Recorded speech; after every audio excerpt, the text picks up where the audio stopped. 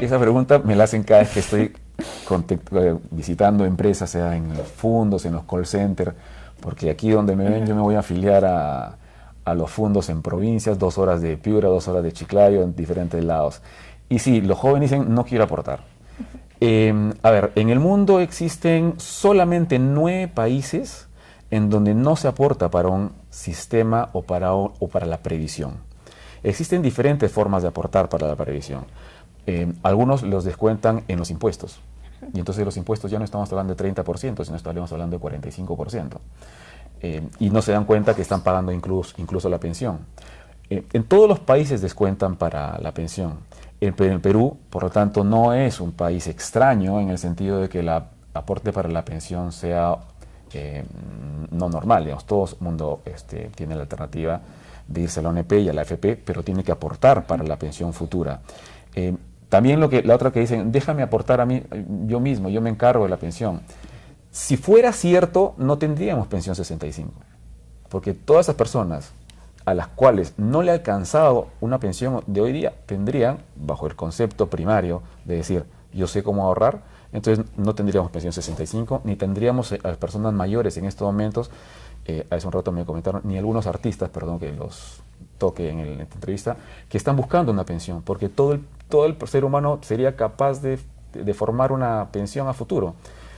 Lamentablemente eso no es cierto, y no es que no sea cierto en el Perú, no es cierto en el mundo. La estadística muestra que las personas, sobre todo cuando tenemos 25 años, 18 años, preferimos irnos a la discoteca el fin de semana y tomar una cervecita el fin de semana, a ahorrar para la pensión, porque la pensión déjasela para mi abuelo. El tema está que cuando yo quiero a los 45 años hacer una pensión, me quedan muy pocos años para ahorrar y ya no va a ser buena. Por eso el tema del ahorro es necesario, finalmente.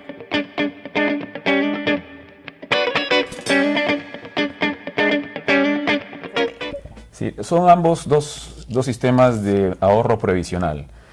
Uno tiene, la ONP tiene el concepto de ahorrar de forma previsional en una bolsa solidaria. ¿Qué es una bolsa solidaria? Todo el mundo aporta a ese fondo y desde ese fondo se van a pagar las pensiones de las personas jubiladas el día de hoy y las futuras. Ese es lo que se llama un fondo común. En el caso del sistema privado de pensiones, que es la segunda alternativa, cada persona ahorra en su propio fondo. El 10% de lo que gana se va a una cuenta individual, significa personal, es mi propio ahorro, y eso va a servirme finalmente para tener una pensión a futuro. Son los dos mecanismos que existen principalmente en el Perú para ahorrar para su pensión.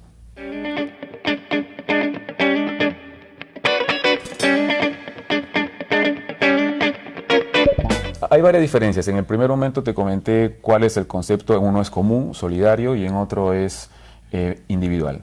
La principal diferencia, y sobre todo para los jóvenes que están ingresando, es que ellos que quieren tener más liquidez en su bolsillo, la AFP le cobra menos que la ONP. Significa que en la ONP le van a descontar el 13% de su sueldo y en la AFP le van a descontar el 11.74% de su sueldo. Eso es una diferencia a final de mes que, si estamos hablando de 1.000 soles, son como 12 soles de diferencia a favor que va a tener el joven, ¿no? La otra diferencia es que en la ONP tiene que ahorrar 20 años. Si no ahorra 20 años, la persona no va a tener jubilación, no va a tener una pensión, así gane lo que gane, si no tiene 20 años aportando, que pueden ser no necesariamente continuos, no tiene pensión. En la AFP siempre va a tener una pensión, y si el ahorro que ha hecho no le alcanza para una pensión, ese dinero se lo puede llevar.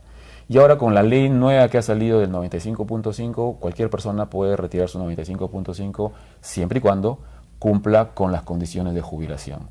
En el sistema privado de pensiones también cada trabajador puede ahorrar y finalmente sacar el 25% de su dinero para su primera vivienda. En la ONP no sucede eso. Entonces, en estos momentos en la AFP uno ahorra tanto para su jubilación, para su vejez, como para tener su primera vivienda, que también al final es un patrimonio para él, ¿no? Existen muchas más, podría quedarme más o menos media hora contando más diferencias, pero diría que esas son las más importantes y relevantes para un joven que recién ingresa.